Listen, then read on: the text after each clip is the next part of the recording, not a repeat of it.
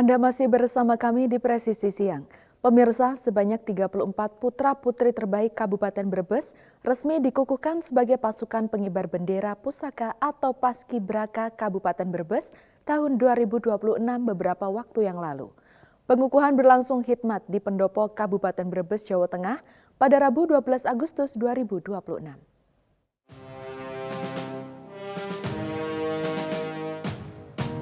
Momen pengukuhan ini turut dihadiri jajaran Forkopimda Kabupaten Brebes, para orang tua atau wali, serta sejumlah tamu undangan. Kapolres Brebes AKBP Muhammad Ali Akbar juga hadir dalam kegiatan tersebut. Pengukuhan menjadi momentum penting setelah 34 anggota Paskibraka menjalani berbagai tahapan seleksi, pembinaan, pendidikan, dan pelatihan. Selama proses tersebut, mereka tidak hanya ditempa dalam kemampuan teknis pengibaran bendera, namun juga dibentuk untuk memiliki kedisiplinan, tanggung jawab, jiwa kepemimpinan, serta semangat nasionalisme. Setelah resmi dikukuhkan, seluruh anggota Paskibraka Kabupaten Brebes tahun 2026 siap mengemban amanah dalam rangkaian peringatan hari ulang tahun ke-81 kemerdekaan Republik Indonesia. Tugas mengibarkan dan menjaga kehormatan Sang Merah Putih menjadi kebanggaan, sekaligus tanggung jawab bagi para putra-putri terpilih ini. Semangat, disiplin, dan dedikasi yang ditunjukkan para anggota Paskibraka menjadi cerminan generasi muda yang siap meneruskan semangat perjuangan para pahlawan. Dari Humas Polres Brebes, Polda Jawa Tengah melaporkan untuk Polri TV.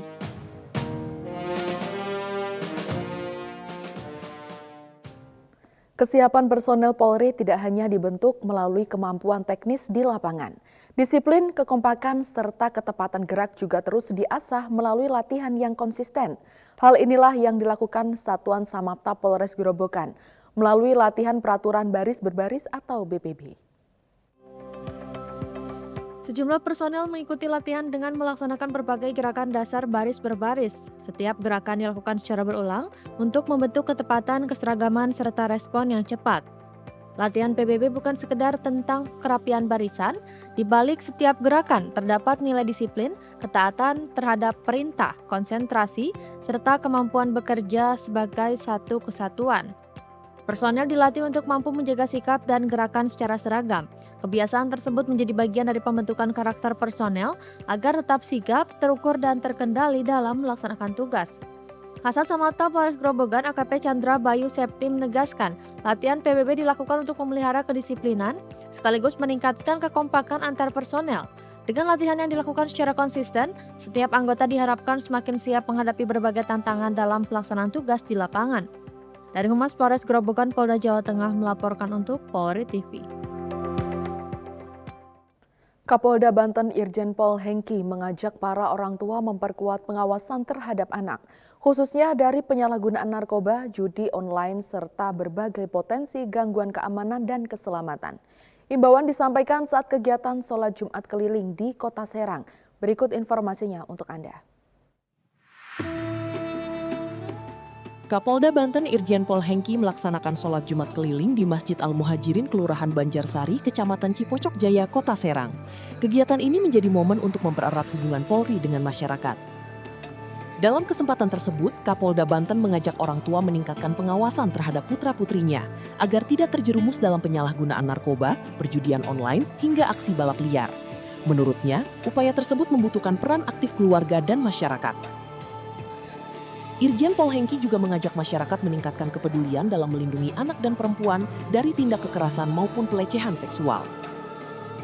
Memasuki musim kemarau, masyarakat juga diimbau meningkatkan kewaspadaan terhadap potensi kebakaran hutan dan lahan.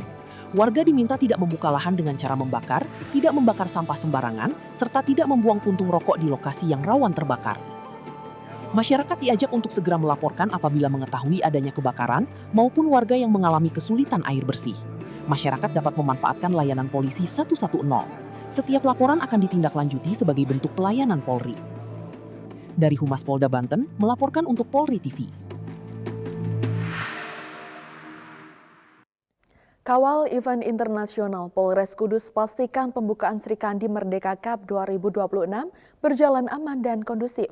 Dalam pembukaan turnamen sepak bola putri internasional Sri Kandi Merdeka Cup 2026 ini, Timnas Garuda Pertiwi berhasil mengalahkan Arab Saudi dengan skor telak 7 gol tanpa balas.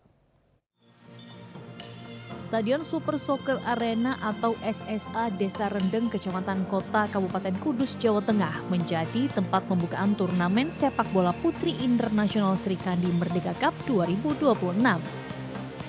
Kapolres Kudus AKBP Wahyu Sulistyo bersama Dandim 0722 Kudus, Kepala Kejaksaan Negeri Kudus, dan unsur Forkopimda lainnya turut hadir memastikan rangkaian kegiatan berlangsung aman. Sekitar 900 penonton memadati tribun stadion untuk menambah kemeriahan pembukaan turnamen internasional ini. Kemeriahan semakin terasa saat pembukaan secara resmi ditandai dengan aksi penyalaan kembang api yang memukau para penonton.